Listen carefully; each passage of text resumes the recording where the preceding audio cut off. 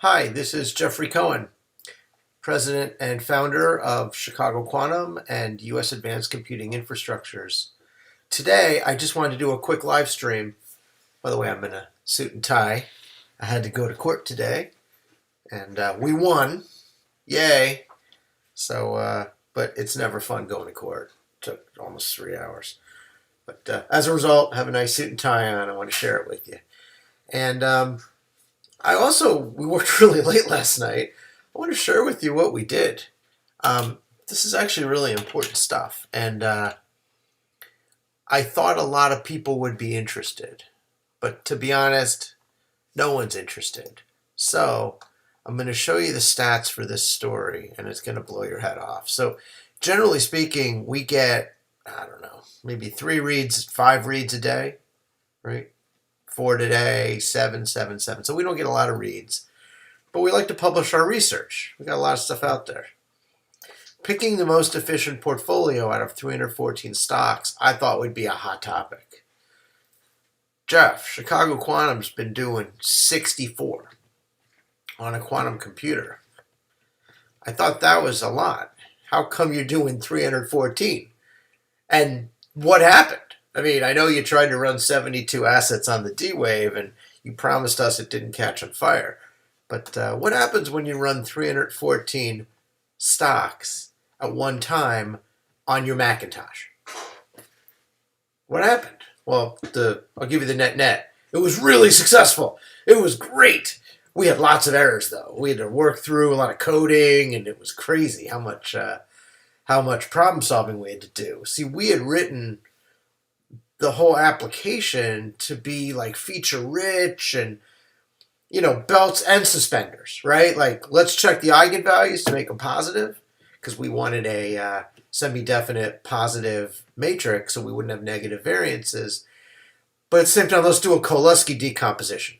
And let's have the whole system crash if the Cholesky decomposition doesn't work. Well, the problem is with 314 stocks, you lose precision. And so 10 to the 18th and 10 to the 21st negative means it didn't run. So I'm going to walk you through what happened when we tried to run 314 stocks at a time. Because I think this is really important. And I think you're going to learn a lot. And hopefully, if there's people online, ask questions. Get on here and ask questions and let's discuss what's going on. So we're going to get right into it. So we went on the system and we basically put in every liquid common stock from the United States that I had at my disposal that had been pre-vetted for beta being positive but not too high, common stocks, NASDAQ Q, as well as New York Stock Exchange, and just put them all in. And what's interesting is we didn't update any of the optimizations. We didn't tune it. We didn't change anything. It ran well with 64 stocks. What does it do with 314? So we made a few adjustments to go in and allow for greater scale because we ran into some problems. But at the end of it, we were successful. So last night, we were successful. And so last night, we wrote the article. So I want to give you a little bit of background on what we're doing because I realize when I talk to people, whether they're kind of experts in portfolio optimization, academia, computer science people, or just like regular people that I meet who don't really know about stocks, it's hard to explain what we're doing. So the first thing we're doing is our portfolio optimization runs a set of stocks through a series of processing steps.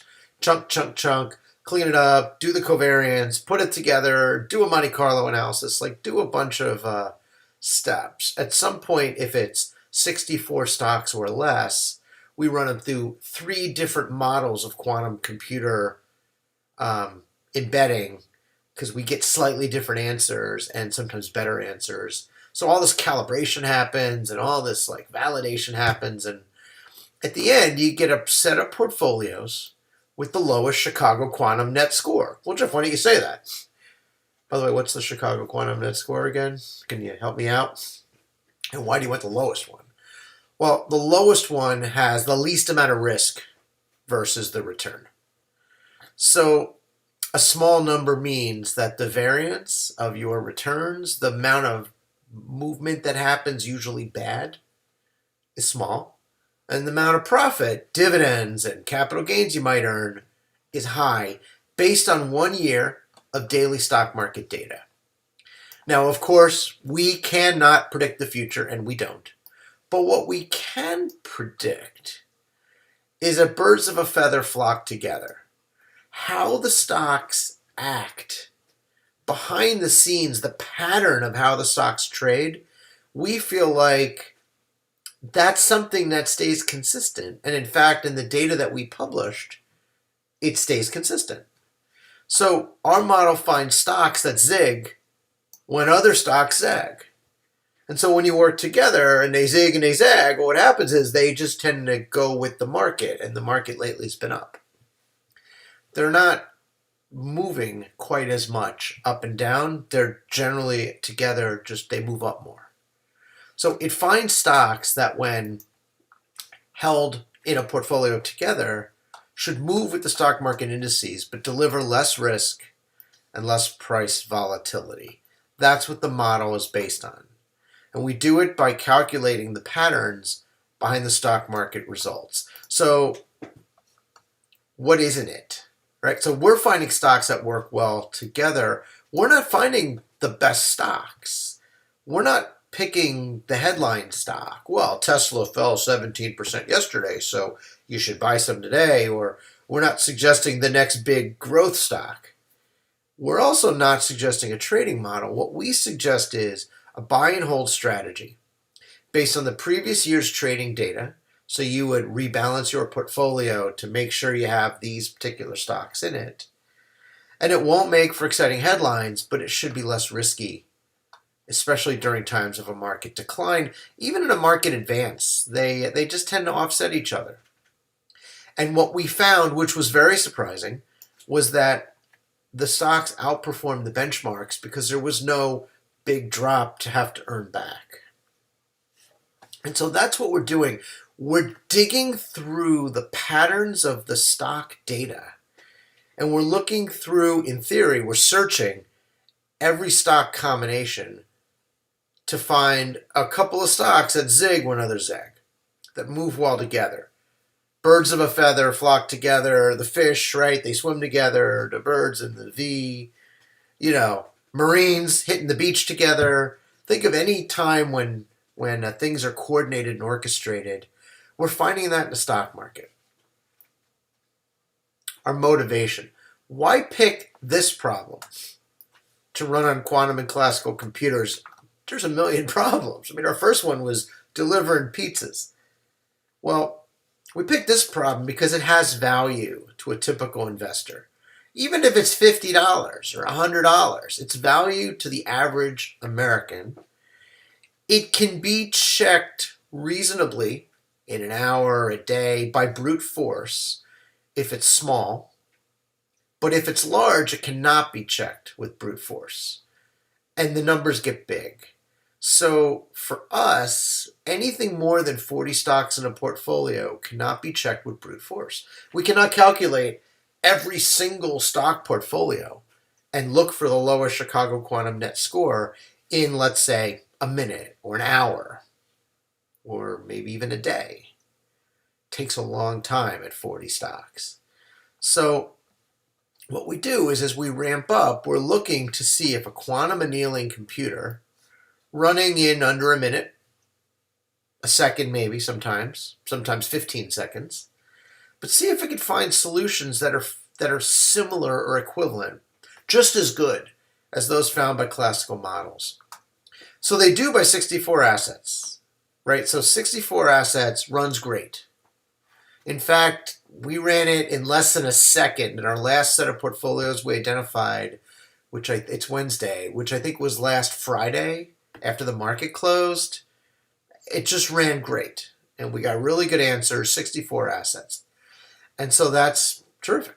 We can do that. Now, you can't do any more than 64 on the D-Wave that we're allowed access to, the D-Wave 2000Q. It's the Chimera architecture, which for those who don't, actually for the one person that might understand what that means, let me explain for everyone else. The Chimera architecture says I put 8 qubits together. I got a little set of 8 qubits. Those qubits talk to each other. They're fully connected. So if I had 8 stocks, this is great. I could run it on one set of qubits. Well, each of those sets or cells of 8 qubits has maybe 4 connections to another set of 8 qubits. So our problem needs every share of stock, every stock to talk to every other stock. So it's a fully connected vertice, or called a cliche. Well, the system, unfortunately, because it's 16 by 16 with 4 interconnections, I can only fit 65 cliches or fully connected vertices or stocks at one time. And that's it. Now there's a new one that came out. There's a new D-Wave called the Advantage, or the 5000, which has, I believe, 8 or 16 connections between the sets, and it looks a lot more like an Intel Pentium processor architecture with lots of connectivity. So there's going to be a lot more stocks we can run. But for today, on the 2017 Quantum, you do 64 stocks. It's fine.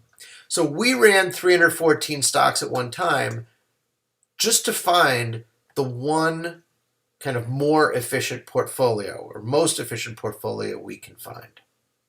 By the way, it's a big search space. I don't know if this is like finding a fishing boat in an ocean, but it's 10 to the 94. 3.3 times 10 to the 94 stock portfolios if you wanted to brute force it. Or it's 2 to the 314th stock portfolios. Or here's a number when you type it out. I don't even know how to say that number. I was saying things like quintillion, trillion, gazillion, and it still didn't sound right. So it's just 3.3 times 10 to the 94 stock portfolios. So you would think this took us like all week to run. Jeff, you got an old Macintosh, right? How long did it take to run? Well, you're going to find out because it was successful. And actually, the best part is I got 3,200 stocks I could feed into this thing. I was thinking of trying for 1,000 next. 2 to the 1,000 is a big number. So the first thing we did, we ran into some trouble when we loaded all the stuff in. So part of the reason for this video is to teach you, because you might want to do this. You don't need to use the Chicago Quantum Net Score. You could use the Boston Net Score, or your own Mr. or Mrs. Smith's Net Score, right? So I'm trying to teach you because I feel like if you understand the complexity of the problem and how we're getting around it, you start to get that tangible feeling for what it takes to make money using quantum computers. I want you to understand it. I want you to understand as much as possible. So we use a Cholesky decomposition to ensure we have positive eigenvalues. Oh my God, it sounds awful. To ensure we have a semi-definite positive matrix. So let me say that in English. Stocks have a variance. They move up and down. No variance is like water in a glass with no vibration. So it's 0. There's no such thing as a negative variance. There's waves or there's no waves. The way we guarantee that the variance won't be negative is a semi-definite positive matrix. And another way to say that is we ensure we have positive eigenvalues. What we found was with 314 stocks, we were getting negative eigenvalues that were at the level of precision of Python. 10 to the negative 18th or 10 to the negative 21st. Those aren't negative values, those are zeros. But they just tip a little bit because of the lack of tolerance or precision. So we fix it. We remove the Cholesky decomposition and we just test for positive eigenvalues with a level of precision of like 10 to the minus 12. The second thing we did, we were doing some really pretty printouts for the guys here in the office. And so what would happen is we were running through, there'd be this really nice shape and it would like show you all the data about how many stocks we looked at and all that. But the problem is that we used factorials. And so we use an integer value of 314 factorial, which exceeds Python's largest integer value. So I didn't know that, but on Python, you can only have a number that's 10 to the 308th power. Anything more than that, and it just fails. And so I didn't know that, right? So I actually asked Google, what's the value of 314 factorial? And Google says infinity. So I don't need infinity. We're good. So we remove the formatting logic. The next, and this happened to me before actually, right? Our printouts were failing. We have all these charts that we show because the charts help us to visualize the energy landscape. We talked about that with climbing the mountain and is it a good energy landscape? But we print out a bunch of those charts because it helps us to establish the quality of the run. And in this case, there were too many values to show. We had 314 assets, and it just was too much. So we had to set an RC param chunk size parameter to 10,000. That allows the graphics to work, and there's no issue. I can't even tell the difference in the graphics. We still have a small issue in our printout, our internal formatting printouts of our Monte Carlo run. There's a couple of portfolio sizes show up as having no valid random samples run, but we know in fact that it's fine, just a formatting fix. So here's the results. Drum roll. What happened? 314 stocks. Show me, Jeff. Show me the money. All right. So, and I notice we do have a concurrent viewer, so go ahead and type in a comment if you want, or ask a question. Ask me anything. Please ask me anything. Otherwise, I'm sitting here talking to myself. It doesn't feel good. So, our Chicago quantum net score, and remember, lower is better, versus the classical method. So, this is our Chicago quantum net score. So, the custom genetic algorithm won. Hands down. Best solution. In fact, it's negative, which shows that it found a portfolio where the expected return fully raised to a power, fully offset the variance. So the good news is you got more return than you have risk. Terrific. Our custom Monte Carlo found one that was just about zero. The D-Wave simulated annealer did really well. Actually, I was really glad to see that. It's a nice piece of code. It's actually a reference architecture, so it's not a performance machine, but it works. Our custom simulated annealer actually found a worse solution than the D-Wave annealer. So, page of code. And then the D-Wave taboo sampler it was not a very good score. Not good at all. And so, in fact, when you look down here, you see when you compare that to all 314 stocks as a benchmark, the taboo sampler is very, very close to just picking all 314 stocks. Now, we don't want to give up hope. A taboo sampler is a multi-start, which holds good values in memory. I might have to look for a proprietary taboo sampler. I don't know. But, I look at these and I think, do I have enough technologies in place? I sure would like some more, So we're going to talk about what that looks like because I think we're going to recruit some new technologies to do this. Now let's talk about speed. By the way, we're almost done with the recording, so hopefully you guys are enjoying this. So speed again, drum roll, please. The custom genetic algorithm ran in 137 seconds, 2 minutes. 2 minutes and 17 seconds. Our custom Monte Carlo ran in 510 seconds. And the reason is I want to say it was at least 1 million runs, 1 million random throws of the dice. So the D-Wave simulated annealer actually took a lot of time. It took almost 2,000 seconds. Our custom simulated annealer, which you remember had a worse answer, took 62 seconds. It took a minute. I love that code. I wrote that code, by the way. Yeah! 1 minute! So we're going to tune and we're going to work on it so it gets a better answer, but it was really nice. Didn't need any tuning and it ran really fast. It ran actually a lot faster than the genetic algorithm, less than half the time. And the D-Wave taboo sampler took a really long time, 3,324 seconds. Come on. It's an hour. I had to sit and wait for an hour while this thing was running and giving me bad answers. That was very frustrating. I don't know that I'm doing that again. So, conclusions. We are highly energized by our results. We are pumped up. We can do 314 stocks in one run classically. And there's no reason to believe that we can't do better. No reason. And we think we can tune our results.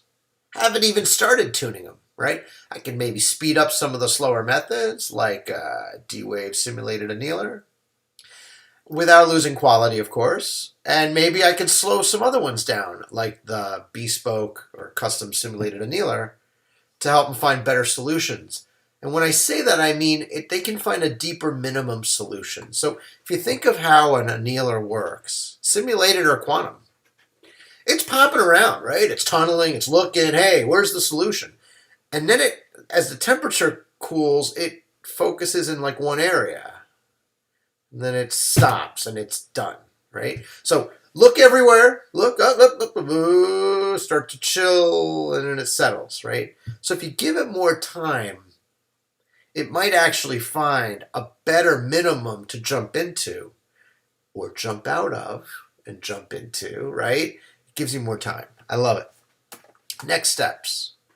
So, and I've got on my phone a whole bunch of next steps because I was up late last night thinking about all the things that we have to do. I actually woke up twice and I was thinking about all the stuff we got to do. So I'm going to put it in there. I'm going to talk about it. The first is our upper limit scale plan is 3,200 stocks. That is all of the New York Stock Exchange listed or NASDAQ Q-class listed common stocks, those with a clean accounting status. And we exclude test stocks and things like that. We actually download this from the NASDAQ website. And thank you, NASDAQ, for providing us the data because it's great. We take out preferred stocks because those feel more like a bond. They're probably a lot less frequently traded, and I worry that the underlying financial models that we're going to need are different. So the other thing I want to talk about, and you know, now that I'm sitting here talking to you guys, we're going to get some work done. We're going to edit this story. Because there's a few things that are important that we should talk about, right? So I just want to say it explicitly. We exclude preferred stocks as they act more like bonds. And we exclude mutual funds. I had a call yesterday with a gentleman, his initials are JA. And he's like, Jeff, I need you to add mutual funds. This is crazy, right? People call up, they buy a mutual fund. They don't buy stocks anymore. So why would you exclude mutual funds? So mutual funds, because they only have, in theory, one trade or market price per day, right? And that is the net asset value, which I want to say is at 4 p.m. Eastern every day. And so the problem I have is that I don't know if we ever have to go deeper that that's enough data to dig in, right? So I don't know that I'll have the richness of the data. The second thing I want to talk about is we are including. We are working hard to include. We are including 2 more classical models in the challenge. Toshiba's simulated bifurcation machine, which runs on AWS, and quantum walks on graphs. So I don't know how it's going to work. The Toshiba stuff's really hard for me to understand. I'm not an expert in that, but that's okay. Oh, Lucas is on. Hey, Lucas. Thanks for joining. That's my son, Lucas. Awesome. He's in high school. He's going to become a quantum all-star, right? The other thing that we're going to do, and I made this decision last night, is we are going to reevaluate the D-Wave Systems hybrid solver. Because supposedly the hybrid solver will work, which I think would be great.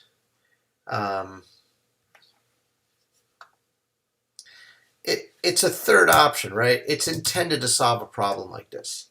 And then while we're scaling up past 314 stocks, we'll also work to tune our 314 asset performance. So the other things I want to talk about, so we talked about the hybrid.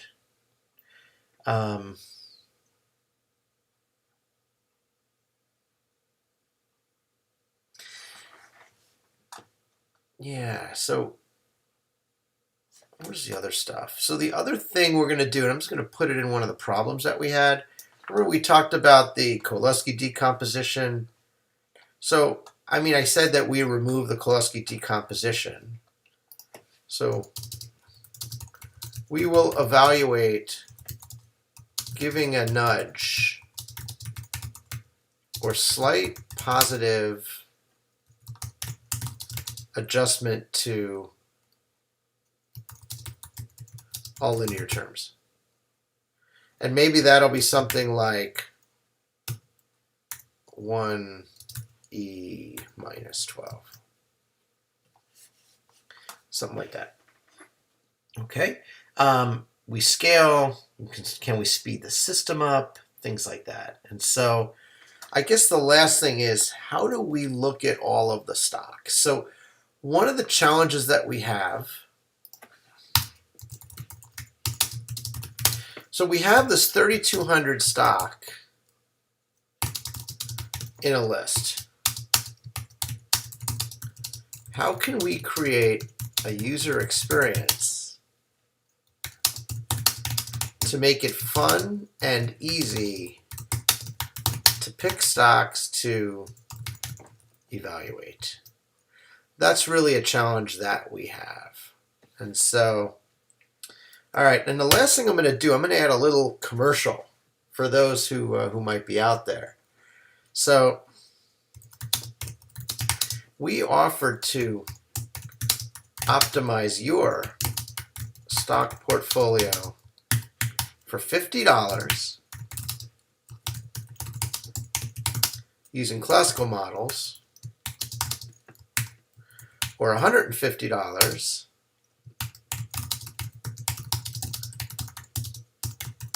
using classical and quantum models for up to 60 stocks.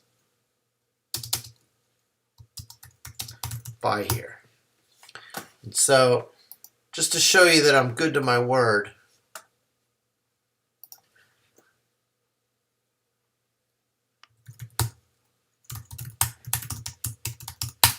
I'm actually going to show you where it is.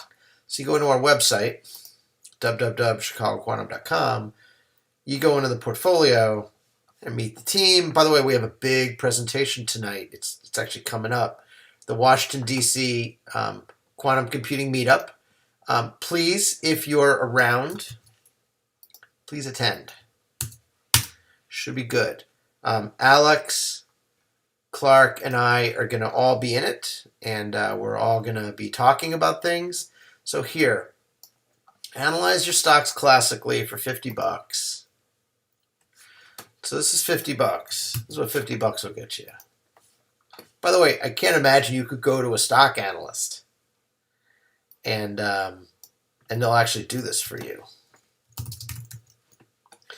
But we will. And we actually think that for the regular investor, for the small investor, this is a way that they can start to really learn about the stock market.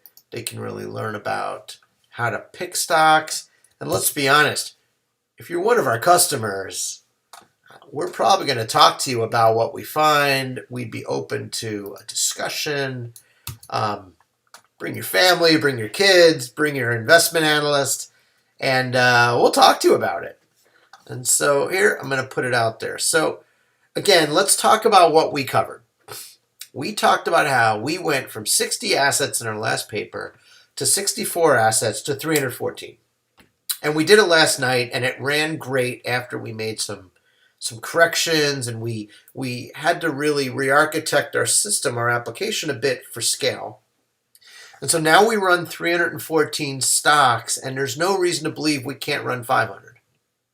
And trust me, I want to run 1,000. I think that'd be great. The best score came from our custom genetic algorithms, then the Monte Carlo analysis, then the D-Wave simulated annealer, then the custom simulated annealer, and then the D-Wave taboo sampler, which is almost the same thing as the 60 stock average. So that's not great. And in terms of time, the custom genetic algorithm was pretty quick, 2 minutes, 17 seconds. Custom Monte Carlo was 510 seconds, so it's almost 10 minutes. It's like 9 minutes. The D-Wave simulated annealer took a long time. It was more than a half hour. Custom simulated annealer took a minute. Yeah, I wrote that. Love that it took a minute, and it gave us a pretty good answer. And with a little bit of tuning, I'm sure we'll do even better. And then finally, you have your D-Wave taboo sampler, which took an hour to run. I had to sit there and watch it give us poor results for an hour. I don't think we're running that again. You know, the one thing we didn't talk about in the live stream, so what I want to do is throw it out here, is we picked 40 stocks for our genetic algorithm. We picked 3 stocks from Monte Carlo. The D-Wave simulated annealer picked 11. The custom simulated annealer picked 110. Taboo sampler picked 156. And all 314 stocks is, of course, 314 stocks.